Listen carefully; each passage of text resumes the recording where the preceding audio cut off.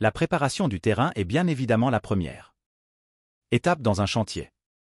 Le terrassement consiste à préparer le terrain à bâtir en déplaçant les matériaux. Le terrain doit être impeccable avant le début effectif des travaux. Il est à noter que le terrassement fait référence à plusieurs étapes. Preparatoires. Un premier étape de terrassement, décapage.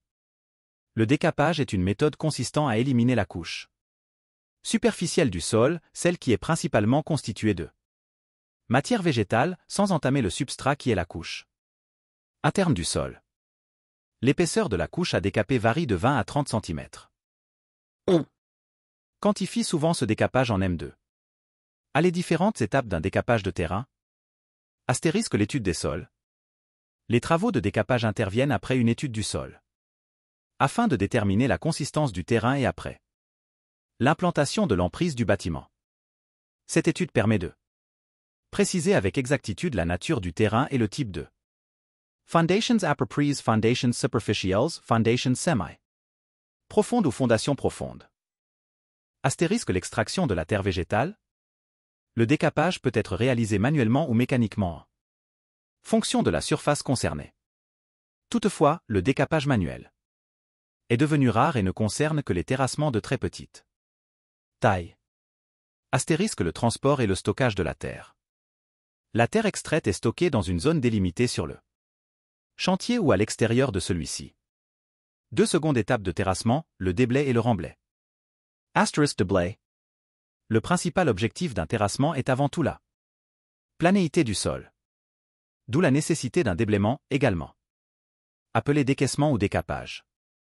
Cette étape consiste à enlever une première couche de terre, la terre végétale, et ne conserver que les couches du sol sur lesquelles on peut construire.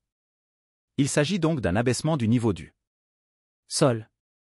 Une fois le terrain déblayé, il faut le lisser, c'est-à-dire qu'il faut boucher les cavités jusqu'à l'obtention d'un terrain plat. Lisser, on parle de remblaiement. Asterisk remblai. Remblayer un terrain consiste à ajouter des matériaux de remblai, sable, terre, gravier, roche, gravat, etc., afin de combler les creux ou failles du sol.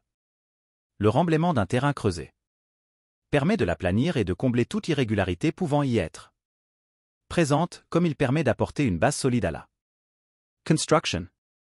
Il s'effectue souvent par couches successives, compactées, afin d'assurer une bonne densité du sol. Troisième étape de terrassement, le piquetage. Le piquetage, ou bornage, permet de délimiter un terrain afin qu'il soit bien défini et que les travaux soient conformes au plan fait par l'architecte. Le piquetage se fait matériellement par des piquets dont l'emplacement est défini par un géomètre. Cette étape de terrassement est primordiale pour que le chantier puisse s'intégrer totalement à son voisinage sans endommagement des canalisations repérées lors de cette étape. Quatrième étape de terrassement, transport et évacuation des terres. L'évacuation des terres excédentaires prélevées est nécessaire après toute opération de terrassement. L'utilisation du bulldozer est à envisager. Cet engin, dont la traduction en français booter, est caractérisé par sa puissance car rien ne lui résiste. Il permet le déplacement de grandes quantités de matériaux de manière efficace. Vous pouvez également louer une mini-chargeuse pour cette mission.